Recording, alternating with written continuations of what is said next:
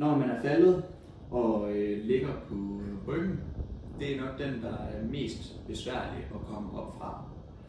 Der er lidt forskellige måder at tilgå det på, men det første vil altid være at bruge benene først. Så man kan gøre det på 2 måder. Man kan bøje det ene ben, og så simpelthen bruge det til at skubbe sig over på siden.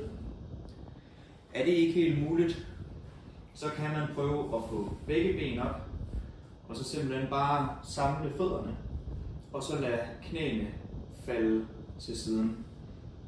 Fordi næste skridt, det vil være at prøve at komme over på siden og ligge. Man kan prøve selv at komme over, så man ligger på sine skuldre.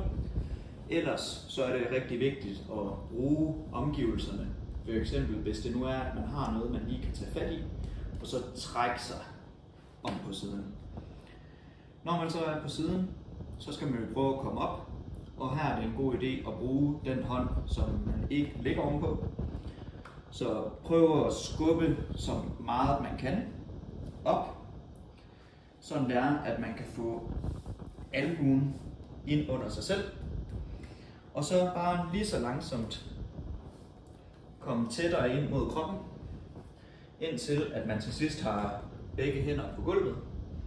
Og så kan man prøve at løfte hoften fra gulvet, til at man står på knæene. Og det er en rigtig god position at være i, fordi det er meget nemmere at komme op herfra.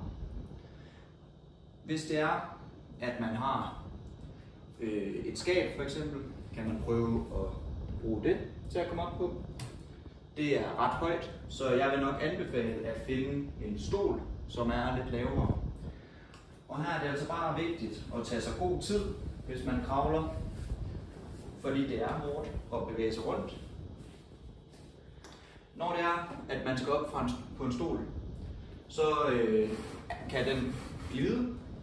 Så hvis det er, at man har kroppen langt væk fra stolen og prøver på at komme op, så vil den glide.